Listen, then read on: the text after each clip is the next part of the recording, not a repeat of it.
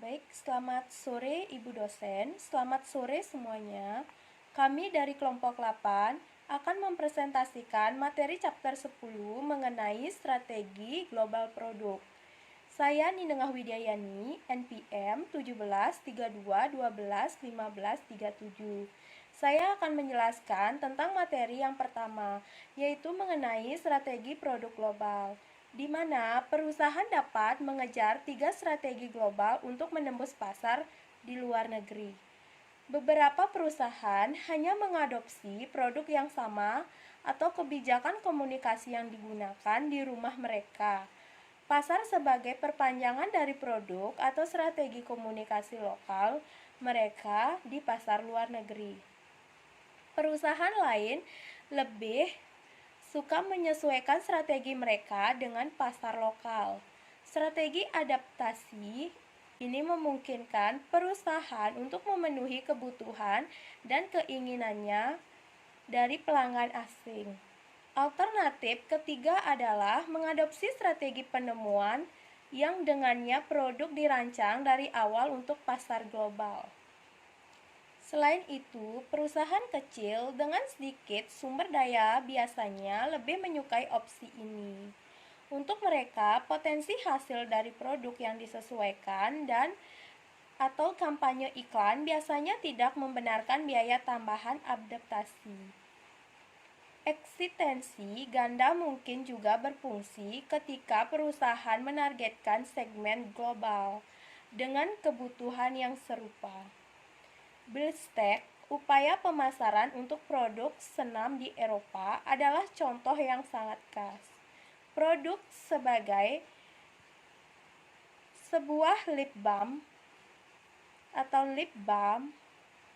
menawarkan kebutuhan yang sama di setiap pasar Eropa, kecuali beberapa modifikasi kecil. Selain itu, perusahaan kecil dengan sedikit sumber daya biasanya menyukai opsi ini. Untuk mereka, potensi hasil dari produk yang disesuaikan dan atau kampanye iklan biasanya tidak membenarkan biaya tambahan adaptasi.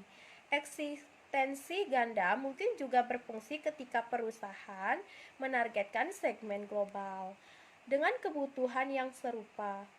BlitzTech, upaya pemasaran untuk produk senama di Eropa, adalah contoh yang khas di mana produk sebuah lip balm menawarkan kebutuhan yang sama di setiap pasar Eropa, kecuali beberapa modifikasi kecil atau misalnya pelabelan.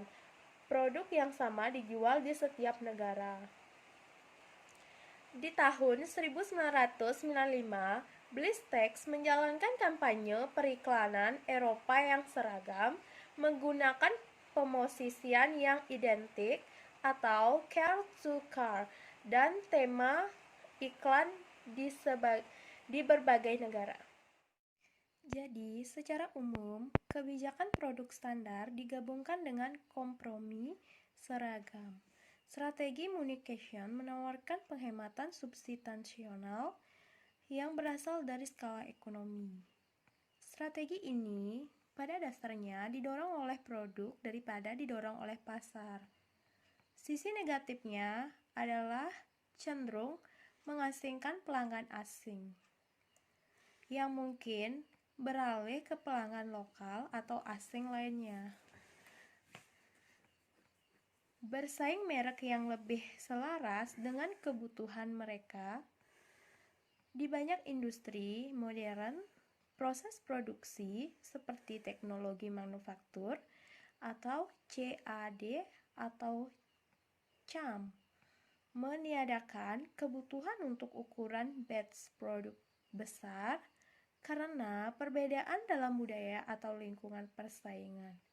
Produk yang sama seringkali digunakan menawarkan manfaat atau fungsi yang sangat berbeda dari yang ada di rumah pasar. Kesenjangan seperti itu antara pasar asing dan pasar dalam negeri mendorong perusahaan ke pasar produk yang sama menggunakan kampanye iklan yang disesuaikan. Meski tetap mempertahankan skalanya, ekonomi di sisi manufaktur perusahaan mengorbankan potensi penghematan di iklan depan. Wrigley, perusahaan permen karet yang berbasis di Chicago, adalah tipikal praktisi pendekatan ini. Sebagian besar merek yang dipasarkan di Amerika Serikat adalah juga dijual di pasar luar negeri. Itu adalah Wrigley, di mana Wrigley mengupayakan kualitas yang unggul serta produk yang seragam. Untuk membangun kategori permen karet, Wrigley menjual produknya di negaranya sendiri dengan harga yang sangat rendah. Mengingat bahwa mengunyah permen karet adalah barang yang impulsif, Wrigley mengincar masa distribusi. Perusahaan melihat peluang untuk menjual produknya di mana saja uang berpindah tangan. Terlepas dari kesamaan dalam produk dan distribusi Wrigley strategi, ada perbedaan besar dalam strategi komunikasinya. Manfaat itu dipromosikan di kampanye iklan Wrigley bervariasi dari satu negara ke negara lainnya. Dalam Amerika Serikat, Wrigley telah memanfaatkan peraturan merokok dengan mempromosikan mengunyah permen karet sebagai pengganti rokok. Di beberapa negara Eropa, iklan Wrigley menjelaskan manfaat gigi mengunyah permen karet. Di Timur Jauh, Wrigley mempromosikan manfaat kebugaran wajah dalam kampanye iklannya. Sebagai alternatif, perusahaan mungkin mengadaptasi produk mereka, tetapi memasarkannya menggunakan komunitas standar strategi negation. Kondisi pasar lokal seringkali mendukung kasus adaptasi produk. Alasan lain untuk adaptasi produk bisa jadi karena strategi ekspansi perusahaan. Banyak perusahaan menambahkan merek ke portofolio produk mereka melalui akuisisi perusahaan lokal. Untuk memanfaatkan ekuitas merek yang ada yang dinikmati oleh merek yang diakuisisi, merek lokal seringkali dipertahankan. Meskipun faktor-faktor ini mengarah pada adaptasi produk, nilai inti dan pembelian serupa. Perilaku di antara konsumen yang menggunakan produk dapat menjadi celah untuk harmonisasi strategi komunikasi. Ide pemasaran yang cerdik dapat ditransfer dari satu negara ke negara lainnya. Terlepas dari perbedaan terkait produk, contohnya iklan produksi Taiwan untuk sampo Pantene atau P dan G berhasil ditransfer dengan sedikit perubahan kecil di Amerika Latin. Perbedaan baik dalam lingkungan budaya dan fisik antar negara membutuhkan dualisme strategi adaptasi. Dalam keadaan seperti itu, adaptasi produk, perusahaan, dan strategi komunikasi adalah pilihan yang paling memungkinkan untuk ekspansi internasional. SlimFast menyesuaikan produk dan iklan untuk mematuhi berbagai pemerintahan peraturan untuk produk penurunan berat badan. Ketika SlimFast pertama kali diluncurkan di Jerman, itu iklan yang digunakan adalah selebriti lokal. Beda dengan di Inggris Raya, testimoni untuk alat bantu diet tidak diizinkan untuk menampilkan selebriti. Sebaliknya, kampanye pengenalan Inggris berpusat di sekitar guru, penyanyi opera, disc jockey, dan lainnya. Juga produk telah disesuaikan dengan pasar lokal. Di Inggris Raya, pisang menjadi rasa yang paling populer. Tidak tersedia di banyak negara lain, pemasar yang benar-benar global mencoba mencari cara untuk membuat produk dengan cukupan global bukan hanya untuk satu negara, di mana alih-alih hanya mengadaptasi produk yang sudah ada atau layanan untuk kondisi pasar lokal. Pola pikir mereka adalah membidik pasar global untuk mendapatkan peluang di pasar global tersebut. Strategi penemuan produk terdiri dari pengembangan dan peluncuran produk dengan pola pikir global.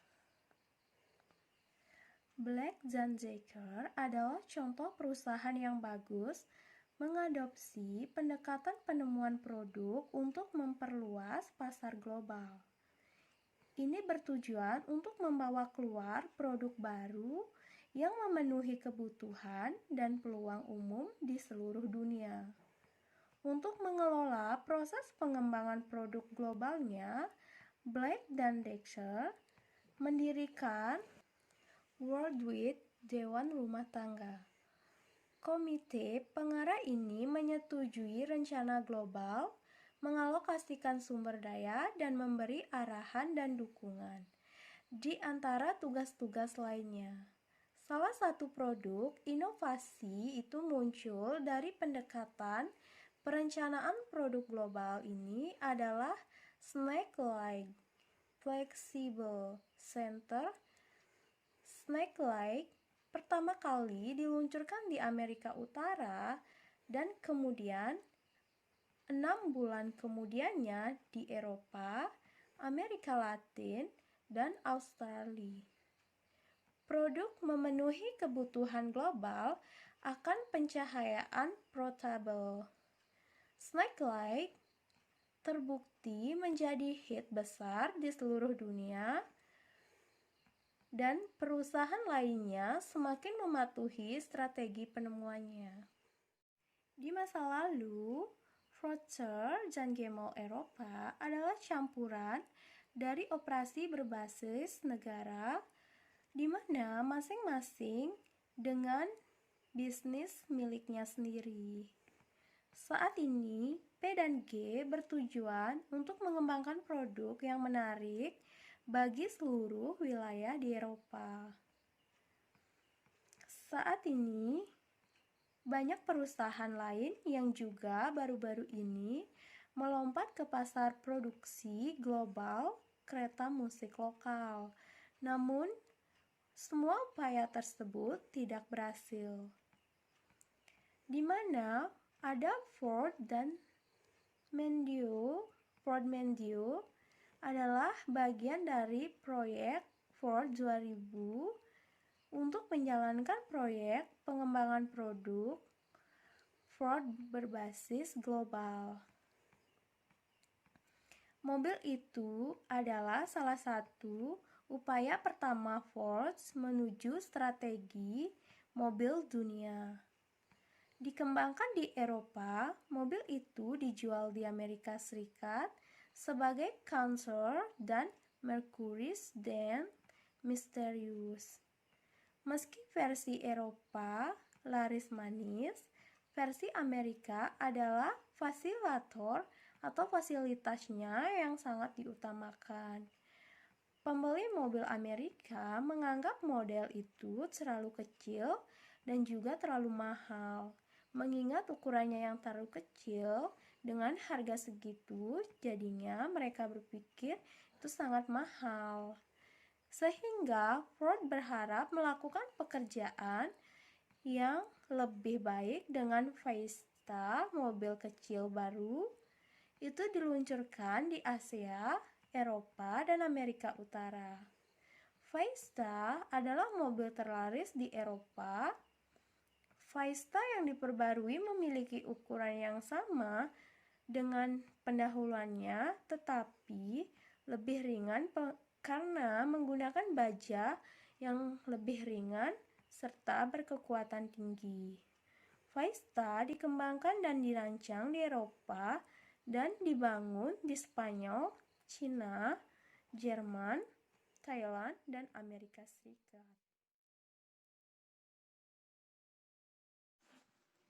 Saya Nida Budi Widya Endriani, NPM 1732121530 akan mempresentasikan materi yang kedua, yaitu mengenai standarisasi versus kustomisasi. Brand yang berkantor pusat di Jerman adalah salah satu produsen terkemuka radiator dan sistem pendingin udara untuk mobil. Untuk menyesuaikan produk-produknya agar sesuai dan memenuhi selera di pasar lokal, perusahaan bergantung pada desain laboratorium dengan budget sebesar 6 juta US dollar di kantor pusatnya yaitu di Jerman. Dengan meniup udara pada kendaraan dengan kecepatan angin yang berbeda dan mengubah temperatur labnya, dapat mensimulasikan kondisi mengemudi dalam setiap bagian dari dunia. Desain juga dipengaruhi oleh preferensi lokal, misalnya Jerman lebih menyukai sistem penghangat di kaki, Jepang menyukai tiupan udara di wajah mereka, dan Amerika menyukai udara yang diarahkan atas seluruh tubuh mereka. Bekerja sama dengan pelanggan produsen mobil dan berdasarkan temuan laboratorium, Behr mampu untuk merancang unit AC yang memberikan kenyamanan yang maksimal. Proses menuju standarisasi. Sebuah tema berulang dalam pemasaran global adalah apakah perusahaan harus bertujuan untuk standar atau disesuaikan strategi produk negara tersebut.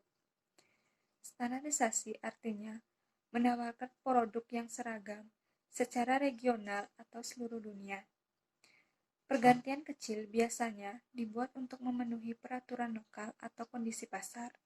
Contohnya, penyesuaian tegangan untuk peralatan listrik. Namun, pada umumnya, perubahan ini hanya menyebabkan biaya kecil yang meningkat. Kebijakan produk yang seragam mengkapitulasi pada kesamaan pelanggan, yaitu kebutuhan seluruh negara. Tujuannya yaitu adalah untuk meminimalkan biaya. Penghematan biaya ini kemudian dapat berlaku di pelanggan perusahaan dengan harga yang rendah. Dengan kustomisasi, pada sisi lain, manajemen berfokus pada perbedaan lintas perbatasan dalam kebutuhan dan keinginan target pelanggan perusahaan. Di bawah rezim ini, perubahan yang sesuai dibuat untuk mencocokkan kondisi pasar lokal. Sementara standarisasi memiliki produk driven orientasi dan menurunkan biaya melalui produksi massal. Kustomisasi terinspirasi oleh pasar, mindset, dan meningkatkan kepuasan pelanggan dengan mengadaptasi produk dengan kebutuhan lokal.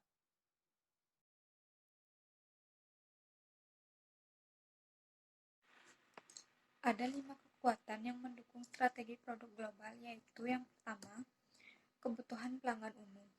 Bagi banyak kategori produk, kebutuhan konsumen sangat serupa di berbagai negara. Fungsi produk yang digunakan mungkin identik. Demikian juga, kondisi penggunaan atau manfaat yang dicari mungkin mirip. Salah satu contoh produk yang menargetkan segmen global yaitu Apple. Sejak Apple meluncurkan iPhone pada awal tahun 2007, Apple telah menjual sekitar 13 juta pada bulan Oktober 2008. Selain menawarkan fitur dan manfaat bersaing yang ponsel pintar tawarkan, manfaat emosional iPhone Coolness juga merupakan alasan utama popularitasnya di seluruh dunia, terutama di kalangan muda. Banyak kategori produk juga menunjukkan konvergensi yang bertahap, tapi stabil dalam preferensi konsumen. Tumbuh kesamaan preferensi konsumen juga telah diamati dalam industri mobil. DuPont Automotive Color Popularitas Report, misalnya, mengungkapkan bahwa warna preferensi yang berkumpul di seluruh dunia, tetapi dengan diferensiasi halus antar pasar. Warna putih adalah pilihan yang populer secara global, mendapatkan posisi teratas di utara yaitu Amerika, India, dan Jepang. Pilihan populer lain termasuk hitam, yaitu di Cina, Meksiko, dan Eropa, dan warna silver, yaitu di Brasil, Cina, Eropa, India, Rusia, dan Korea. Salah satu tren dari hasil pengamatan adalah semakin populernya biru di seluruh dunia, terutama di kalangan konsumen yang mencari tema lain. Yang kedua yaitu pelanggan global. Dalam pemasaran bisnis ke bisnis, pergeseran ke arah globalisasi artinya bahwa bagian penting dari banyak bisnis perusahaan berasal dari perusahaan multinasional yang pada dasarnya pelanggan global. Keputusan membeli dan sumber umumnya berpusat atau setidaknya regionalisasi. Akibatnya, pelanggan tersebut biasanya menuntut jasa atau produk yang diselaraskan di seluruh dunia. Yang ketiga yaitu skala ekonomi. Penghematan biaya dari skala ekonomi di bidang manufaktur dan distribusi produk global di beberapa kasus utama didorong oleh pergerakan standarisasi. Penghematan juga sering dilakukan untuk efisiensi atau menurunkan pengeluaran. Penghematan ini dimulai dari hulu sampai ke pelanggan melalui harga yang lebih murah. Skala ekonomi menawarkan kompetitor global dengan keunggulan kompetitif yang luar biasa atas pesaing lokal atau regional.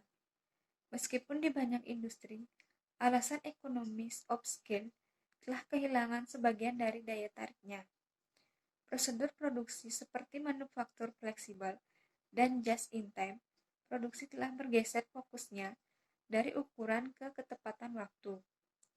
Teknik CAD atau CAM memungkinkan perusahaan untuk memproduksi produk dalam ukuran batch kecil untuk mengurangi biaya.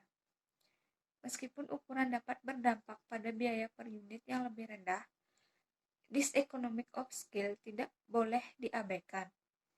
Ketidakpuasan birokrat dan karyawan dalam skala operasi besar sering menghasilkan biaya yang tersembunyi. Yang keempat yaitu time to market atau waktu ke pasar. Di sejumlah industri, menjadi inovatif tidak cukup untuk menjadi kompetitif. Perusahaan juga harus mencari cara untuk mempersingkat waktu untuk membawa proyek produk baru ke pasar. Hal ini terutama berlaku untuk produk dengan kategori siklus pendek. Dengan memusatkan penelitian dan mengkonsolidasikan pengembangan produk baru, maka upaya pada proyek lebih sedikit, sehingga perusahaan mampu mengurangi siklus time to market atau waktu ke pasar.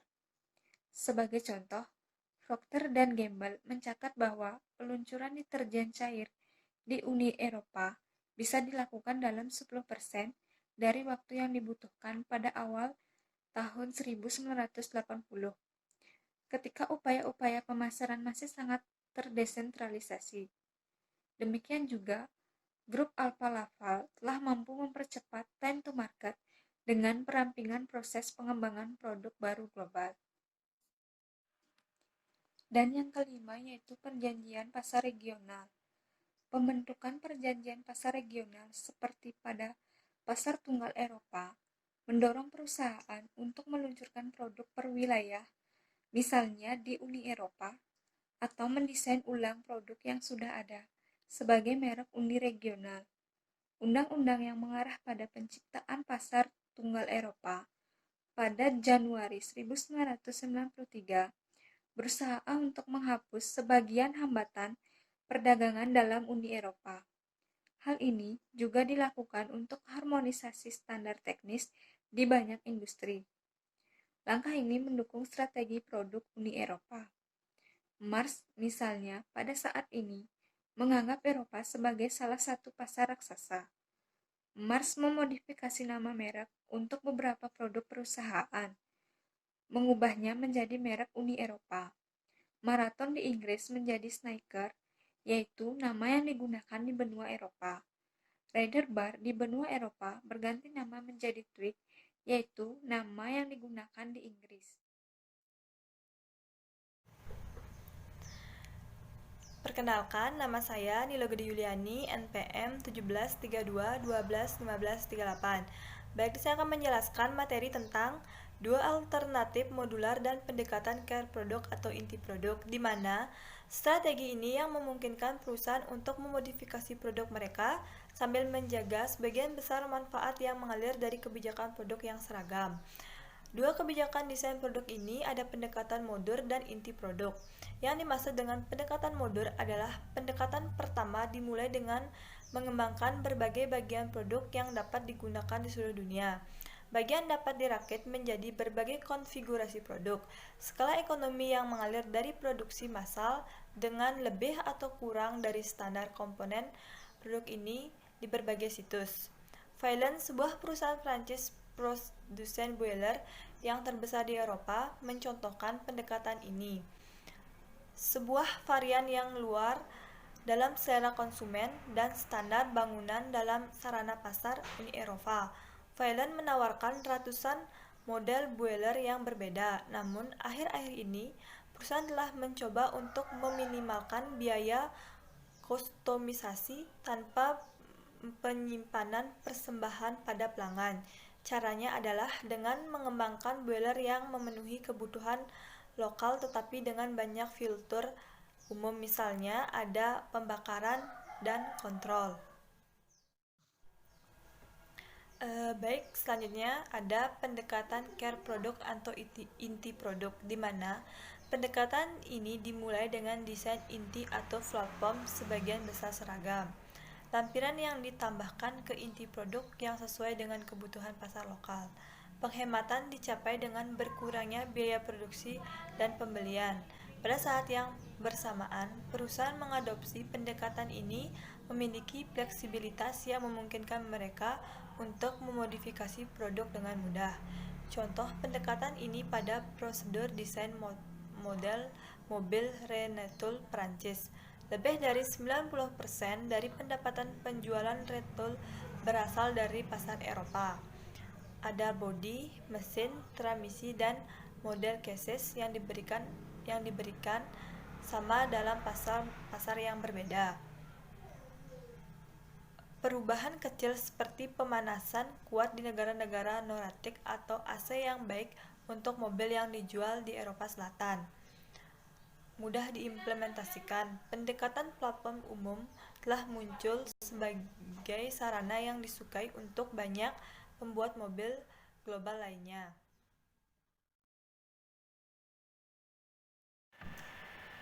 Perkenalkan, nama saya Nilo Gede Yuliani, NPM 1732121538. Baik, di sini saya akan menjelaskan materi tentang dua ilustrasi pendekatan umum dengan global desain produk, di mana dua ilustrasi pendekatan umum dengan global desain produk dapat dibagi menjadi dua. Yang pertama ada Dare dan yang kedua ada Electrolux. Yang dimaksud dengan Dare adalah salah satu produsen terbesar di mesin dunia pertanian. Traktor Dare di seluruh dunia didasarkan pada 6 keluarga atau platform dengan elemen yang berbeda. Misalnya ada mesin dan gearbox, di mana mesin dan gearbox dapat dipasang sesuai kebutuhan di pasar lokal. Dengan situs mesin dan gearbox, Dare dapat dengan mudah mengubah ide-ide desain. Misalnya, beberapa traktor yang dibuat di Mannheim, traktor tanaman Eropa Dare menggunakan gearbox yang baru yang dirancang di Amerika Serikat. Demikian juga beberapa traktor tumbuhan yang dibuat di Amerika Serikat mengandung konsep suspensi poros yang baru dikembangkan di situs Eropa. Sistem platform itu memungkinkan Dare untuk memenuhi harapan pelanggan seluruh dunia. Yang kedua ada Electrolux, di mana Electrolux telah menjadi alat rumah tangga terbesar di dunia. Lebih dari 60 merek yang berbeda seperti Electrolux, Frigidaire, Kohler, dan Sanusi. Di Eropa saja, perusahaan menjual 6.500 jenis oven. Pada Februari tahun 1999, perusahaan yang berbasis di Stockholm mengumumkan rencana untuk merampingkan portofolio merek dan untuk merasionalisasi proses desain produk. Perusahaan bercita-cita untuk bergerak dengan varian portofolio produk yang luas, sekitar 15.000 produk yang berbeda terhadap platform produk umum dan merek yang lebih sedikit. Langkah ini akan menghasilkan biaya pembelian dan produksi yang lebih rendah. Electrolux berencana untuk memiliki platform umum di lemari es dan oven, dengan pelanggan dapat memilih filter-filter tertentu dalam pasar yang berbeda. Demikian presentasi dari saya, akan dilanjutkan oleh teman saya.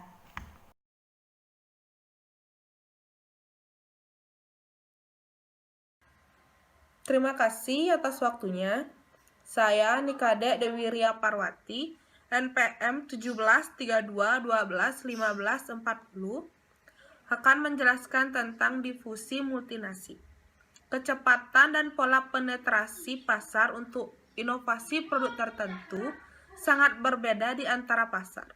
Tidak jarang, produk baru yang secara fenomenal sukses di satu negara atau wilayah ternyata gagal di pasar lain.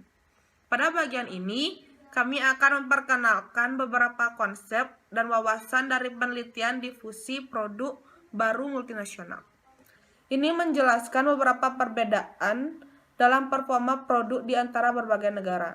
Secara umum, 3 jenis faktor mendorong adopsi produk baru. Yang pertama, perbedaan individu. Yang kedua, pengaruh pribadi. Yang ketiga, karakteristik produk. Setiap individu berbeda dalam hal kesediaan mereka untuk mencoba produk baru. Pengguna awal saat ingin bereksperimen dengan ide atau produk baru. Pengadopsi yang terlambat mengambil sikap menunggu dan melihat. Pengadopsi awal berbeda dari orang lamban dalam hal ciri sosial ekonomi seperti pendapatan, pendidikan, status sosial, kepribadian, dan perilaku komunikasi. Peran penting juga dimainkan oleh pengaruh pengadopsi sebelumnya. Penyebaran dari mulut ke mulut oleh pengadopsi sebelumnya seringkali memiliki dampak yang jauh lebih signifikan pada keputusan adopsi daripada faktor non-pribadi seperti iklan media.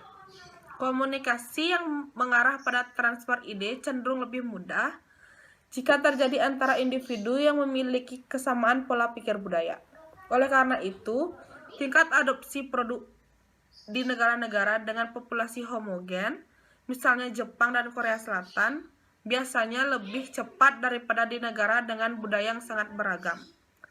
Ketika sebuah produk baru diluncurkan oleh interval waktu yang berbeda, akan ada negara-negara utama di mana produk tersebut diperkenalkan pertama kali dengan negara yang tertinggal yang dimasukkan kemudian.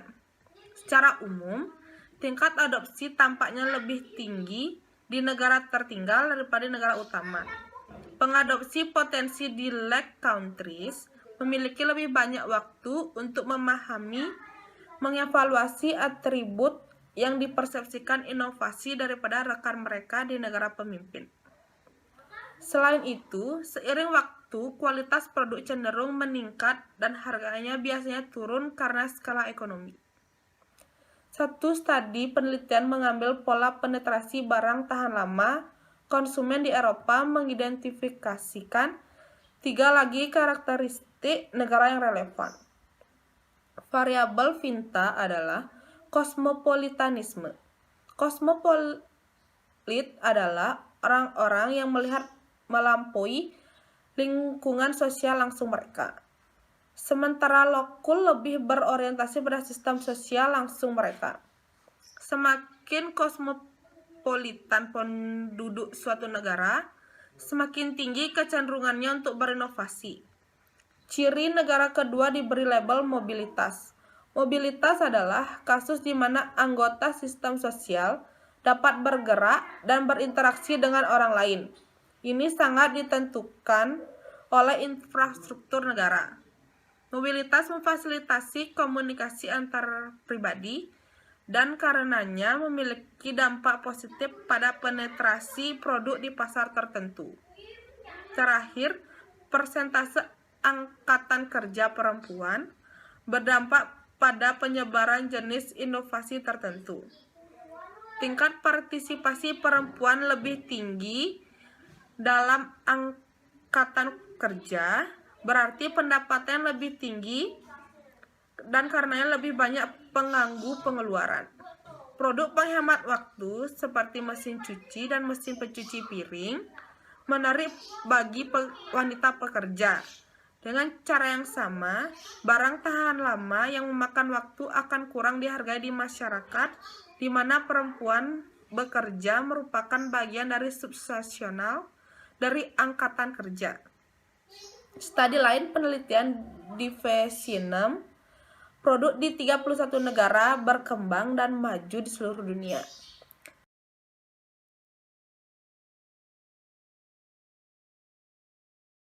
Selanjutnya, mengembangkan produk baru untuk pasar global. Bagi kebanyakan perusahaan, produk baru adalah roti dan mentega dari strategi pertumbuhan mereka.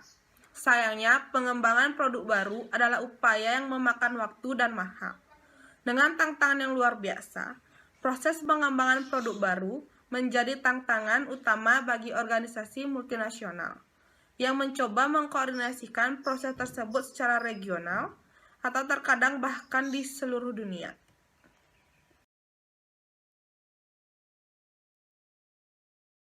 Nama saya Niwayan Iindela Puspita Ningrum, MPM 546. Di sini saya akan melanjutkan presentasi dari teman-teman saya.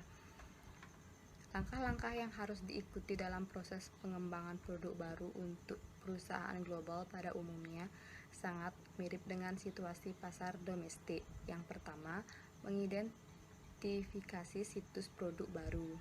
Setiap produk baru dimulai dengan sebuah ide. Sumber ide produk baru bermacam-macam. Perusahaan dapat memasuki salah satu dari apa yang disebut 4C, company, customer, competition, dan collaboration. Misalnya saluran distribusi dan pemasok. Perusahaan multinasional sering memanfaatkan pengetahuan global dengan transplantasi ide-ide produk baru yang berhasil di suatu negara ke pasar lain. Sumber yang baik untuk menemukan ide-ide produk baru adalah kompetisi, Global New Product Database, atau yang disingkat dengan GNPD, yang dibentuk oleh Mintel Nasional dalam menjadi sumber daya yang berguna. Database ini memonitor mengenal produk baru untuk 39 kategori barang kemasan produk di 48 negara di seluruh dunia.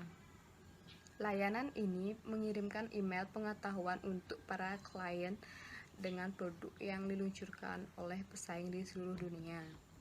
Saat ini banyak perusahaan multinasional membuat produk organisasi yang mendorong globalisasi.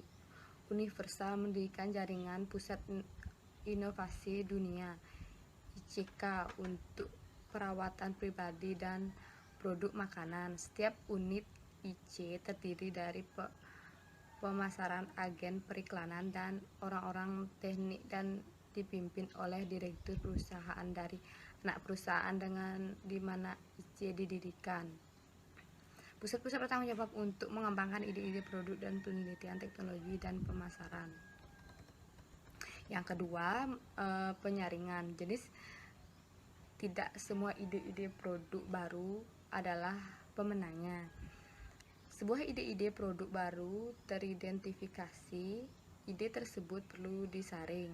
Tujuannya di sini adalah untuk menyingkirkan ide-ide dengan sedikit potensi. Potensi berfilteran ini dapat berbentuk model penilaian formal. Salah satu contoh model penilaian adalah Newport yang didasarkan pada hampir 200 proyek dari 100 perusahaan. Setiap proyek dinilai oleh manajer pada sekitar 50 kriteria penyaringan dan dinilai dari segi penghasilan komersialnya. Model ini telah divalidasi oleh Amerika Utara, Skandinavia, dan Belanda. Menurut model Newport, faktor keberhasilan terpenting adalah keunggulan produk, keunggulan pesaing, kualitas lebih tinggi, dan fitur unik. Diikuti oleh kesesuaian yang baik antara persyaratan produk atau sumber daya, keterampilan perusahaan, dan kebutuhan pelanggan. Studi yang mewawancarai orang Cina dan manajer produk Jepang membuat peran manajer keuangan produk dalam menyaring pemenang produk baru dari yang kalah. Namun, studi yang dilakukan di Cina juga menunjukkan bahwa satu aktivitas kompetitif berrelasi negara dengan kesuksesan produk baru. Yang kedua menjadi yang pertama di pasar. Merintis merupakan faktor keberhasilan yang penting. Yang ketiga, ide produk yang berasal dari pasar jauh lebih mungkin berhasil daripada ide yang datang dari pekerjaan teknik atau collaboration intern. Sebuah penelitian berskala besar yang dilakukan oleh penyelamat di Universitas Carolina Utara melihat Pendorong utara menerima konsumen tahun pertama dari paket baru. Penyelamat menganalisa basis dari yang mencakup 301 dan produk baru diluncurkan di Jerman, Inggris, Prancis, dan Spanyol. Beberapa temuan utama meliputi yang pertama, penerimaan konsumen lebih besar ketika produk diperkenalkan oleh merek dengan kekuatan pasar yang lebih besar, misalnya dukungan pasar, cukupan distribusi, jumlah dan kualitas ruang panjang, dan ketika dipasarkan sebagai perluasan merek. Yang kedua, ada hubungan berbentuk U antara kebaruan dan penerimaan konsumen. Produk dengan peningkatan atau kebaruan besar lebih berhasil daripada produk dengan keburuan sedang. Yang ketiga, penerimaan produk baru juga sangat berpengaruh oleh lingkungan kompetitif lebih tinggi dan dalam kategori yang kurang terkonsentrasi, kurang dipromosikan dan kurang diiklankan, dan dalam kategori dengan inovasi intens rivalry, perilaku kompetitif, misalnya persaingan harga, bagaimana lebih penting daripada konsentrasi pasar, struktur kompetitif lebih lanjut, reputasi merek perusahaan dan produk dapat menjadi pegangan terhadap persaingan yang positif. Yang keempat, karakteristik konsumen juga penting. Penerimaan lebih tinggi di antara konsumen yang lebih cenderung memberi produk baru, konsumen yang lebih muda, dan rumah tangga yang lebih besar. Yang ketiga, pengujian konsep. Setelah manfaat dari kumpulan ide produk baru ditetapkan pada tahap sebelumnya, itu harus diterjemahkan ke dalam konsep produk. Konsep produk adalah deskripsi yang cukup rinci secara vertikal dan terkadang secara visual dari produk atau layanan yang baru. Untuk menilai daya tarik konsep produk, perusahaan sering mengandalkan diskusi kelompok berfokus. Kelompok fokus adalah kelompok kecil calon pelanggan, biasanya dengan satu moderator. Anggota grup mendiskusikan suka dari tidak suka dari produk yang diusulkan, dan penawar bersaing ini mereka juga menyatakan kesediaan mereka untuk membeli produk baru jika akan diluncurkan di pasar. Kendala lain seperti ketersediaan mitra lokal yang baik dapat terhalangi peluncuran global. Di Cina misalnya, Apple negosiasi dengan China Mobile signifikan meluncurkan iPhone di pasar itu. Di sisi lain, peluncuran bertahap tidak selalu dapat diterima di banyak industri, terutama pasar bisnis ke bisnis konsumen di seluruh dunia tidak ingin ketinggalan. Mereka semua ingin memiliki akses ke negara tersebut.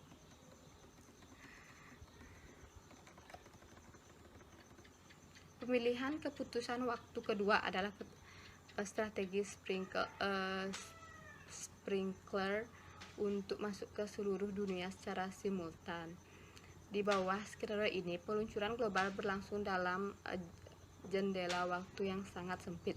Meningkatnya keunggulan segmen universal dan tentang persaingan di pasar asing adalah dua faktor utama di balik pendekatan ekspansi ini. Strategi waterfall entry sekuensial lebih disukai daripada model sprinkler jika yang pertama, siklus hidup produk relatif panjang. Yang kedua, kondisi yang tidak menguntungkan mengatur pasar luar negeri seperti ukuran pasar kecil dibanding dengan pasar dalam negeri, pertumbuhan lambat, dan biaya masuk tetap tinggi. Yang ketiga, pasar negara tuan rumah memiliki iklan persaingan yang lemah karena hal-hal seperti persaingan lokal yang sangat lemah, persaingan mau bekerja sama, dan tidak ada persaingan. Kendala lain seperti ketersediaan mitra lokal yang baik dapat terhalangi peluncuran global.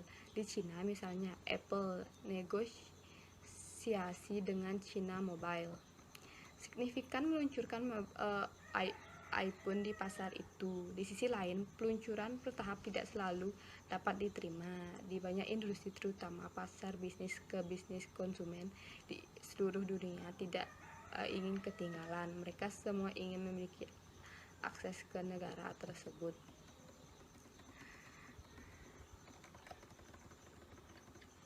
Pemilihan keputusan waktu kedua adalah strategi sprinkler untuk masuk ke seluruh dunia secara simultan.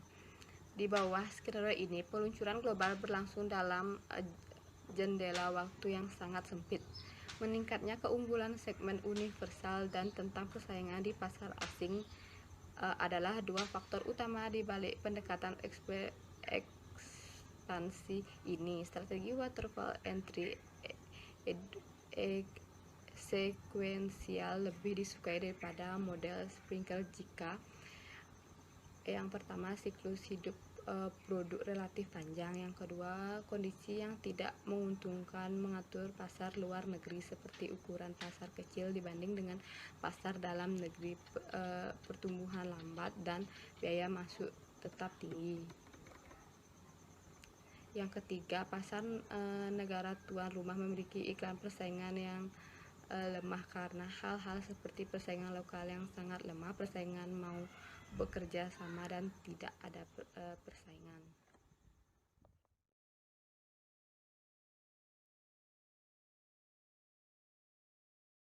Om Swastiastu. Kenalkan, nama saya Agus Mikias Mila Pardioha, MPM 1732121 547.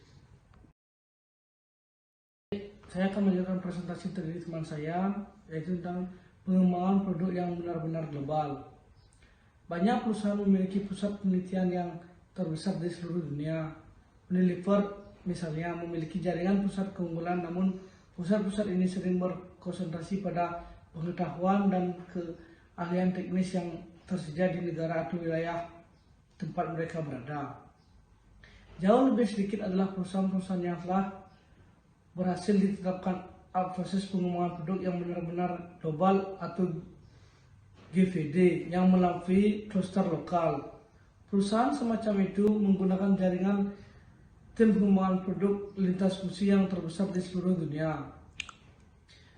Manfaat GVD termasuk efisiensi teknik yang lebih besar atau melalui pemanfaatan sumber daya berbiaya rendah. Akses keahlian teknis yang didistribusikan internasional, desain produk untuk pasar yang lebih global dan yang lebih fleksibel, alokasi sumber daya pengembangan melalui penggunaan stop outsourcing. Contohnya, Nokia merupakan keterampilan desain di Italia dan California mengubah ponsel menjadi aksesoris fashion.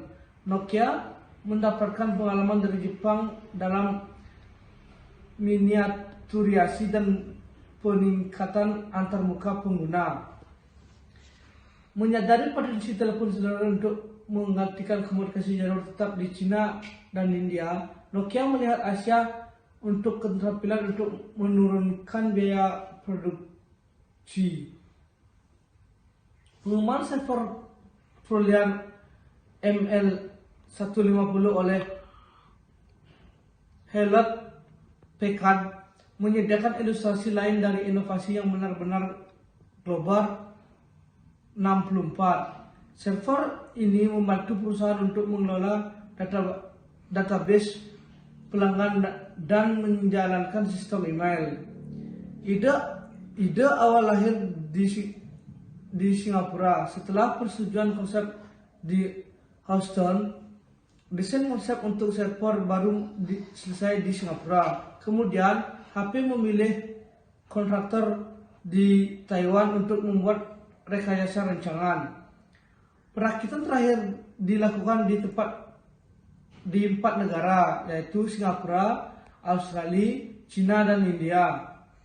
Di masa lalu, desain untuk server kelas atas dilakukan di Amerika Serikat. Namun, dengan mendesain ML150 di Asia, HP bisa memangkas biaya dan membuat produk baru lebih banyak relevan dengan pelanggan Asianya. Target pasar untuk server khusus ini untuk mendapatkan manfaat dan inovasi internasional, perusahaan harus mengejar 3 hal. Untuk mendapatkan manfaat dari inovasi metanasional, perusahaan harus mengejar 3 hal, yaitu yang pertama, mencari prospek. Temukan kantung pengetahuan baru yang berharga dari seluruh dunia untuk agar efektif. Perusahaan harus tetap berpikiran terbuka tentang di mana pengetahuan bisa ditemukan. Misalnya, sementara banyak yang memandang California sebagai serang mikro inovasi elektronik, Israel dan Singapura juga menjadi yang terdepan dalam hal ini. Kedekatan geografis pusat pengetahuan perusahaan dengan perusahaan lain atau lembaga penelitian di industri yang sama seharusnya tidak menjadi pendorong utama. Lebih banyak keuntungan dapat diperoleh dari pengembangan dan pemeliharaan hubungan dengan potensi kantong-kantong pengetahuan terlepas dari lokasinya. Yang kedua, menilai. Tentukan footprint yang optimal, yaitu jumlah dan penyebaran sumber pengetahuan. Dalam hal jumlah sumber pengetahuan, perusahaan menghadapi pertukaran antara peningkatan peluang mengembangkan produk baru dan peningkatan biaya integrasi. Seringkali jejak kaki berkembang sering dengan perkembangan produk baru proses terungkap, terutama untuk inovasi radikal. Yang ketiga, memobilisasi. Untuk memanfaatkan keunggulan inovasi global, perusahaan harus menemukan cara untuk memobilisasi kantong pengetahuan. Misalnya, cetak biru teknis, paten, peralatan, pengetahuan pasar. Strategi optimal untuk memobilisasi pengetahuan bergantung pada jenis atau sederhana versus kompleks, dan sifat atau teknis versus pasar. Pengetahuan terlibat. Ini mengarah pada 4 kemungkinan skenario seperti yang ditunjukkan pada tampilan 10-7. Pola serupa dengan langkah-langkah yang diikuti dalam mengembangkan baru produk untuk pasar dalam negeri. Namun, ada sejumlah faktor rumit yang perlu diganti. Bagaimana kita mengkoordinasikan upaya NPD global di berbagai budaya? Apa mekanisme dan saluran komunikasi yang dapat kita gunakan untuk pertukaran ide? Alternatif apa yang kita miliki? Kapan langkah-langkah tertentu dan urutan NPD tidak dapat dilakukan, misalnya tes pemasaran? Perusahaan seperti Nokia telah mengkonfigurasi proses fashion yang benar-benar global. Di bagian terakhir ini kami melihat karakteristik yang disebut inovator metanasional adalah tepat untuk menyimpulkan bab ini dengan wawasan dari praktisi berpengalaman. Dan Graeber, Presiden Worldwide Produk Rumah Tangga di Black & Decker, menawarkan yang berikut ini serangkaian pedoman tentang pengembangan produk global. Mulailah dengan konsumen, pahamilah komunalitas dan perbedaan kebutuhan daerah. Jangan mencoba membuat produk lebih global dari yang sebenarnya. Adalah produk daerah yang bagus dan dilaksanakan dengan baik lebih baik daripada produk global yang dieksekusikan dengan buruk. Tim bisnis global yang multifungsi dan multi geografik sangat membantu dan mendukung program produk global. Komitmen dan dukungan menjadi daerah puncak untuk penting.